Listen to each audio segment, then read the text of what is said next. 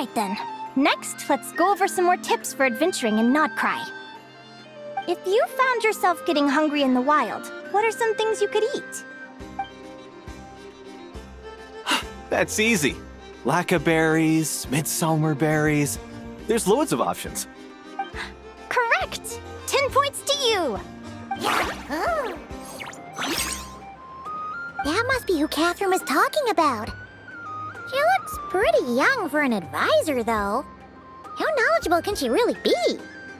But there are plenty of places where berries don't grow, right? What should we be looking for in those places, Miss Linnea? Good question. I'm glad you asked. That's exactly what I wanted to talk about next. Does everyone recognize this mushroom? Based on the color... This is an edible one, right? Doesn't look poisonous to me. Wrong answer. This here is a brown-capped mushroom. It looks harmless enough, but eating it will give you hallucinations. An unsuspecting adventurer once used a handful of these to make a pot of mushroom soup. Next thing you know, he was trying to foxtrot with the wild hunt. Luckily, he was spotted by a fisherman passing by who managed to save his life. But it was a close call. That sounds so dangerous. You bet! Adventuring in the wild is no joke. All right, on to the next. Does anyone recognize this plant? Can you tell me if it's edible? Isn't that a winter ice leaf? They say that the King of Winter Iceley and the King of Midsummer Oak are sworn enemies. If midsummer berries are sweet and delicious, I guess Winter Iceley leaves must be horribly bitter. Paimon knows the answer to this one. Winter Iceley leaves might not taste good in food, but you can brew a nice tea with them. Huh. At the flagship. Once when Paimon was eating some yummy food there, Dimyon mentioned that one of the drinks in their roulette special has Winter Iceley in it. Who are... it looks like we have an expert attending our Q&A session today. Well, I hope you're ready for the next question. Oh, bring it on! Every adventurer knows to pack a compass and a map before heading into the wilderness.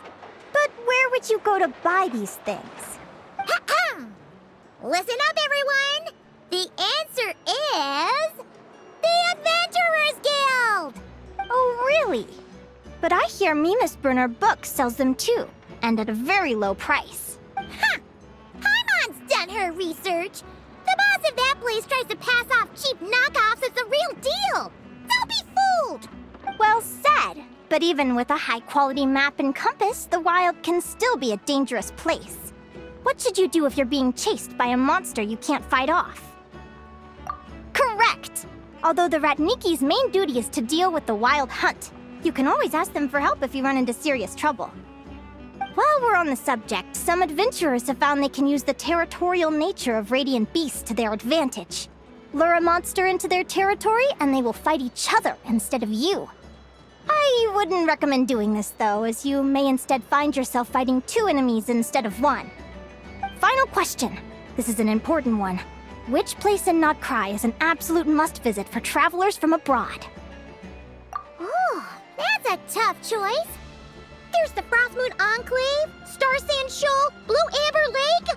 They're all so pretty. Then there's the Voynich Guild, the flagship, and so many other shops worth visiting. In truth, there's no right answer to this question. But if you ask me, the place most worth visiting is right here, Speranza. Why? Simple. This was once my home. So this final question was more like a little bit of shameless self-promotion.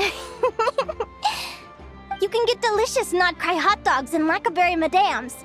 And if you're not too hungry, just order a slice of midsummer tort and listen to the entertaining rumors the children like to tell.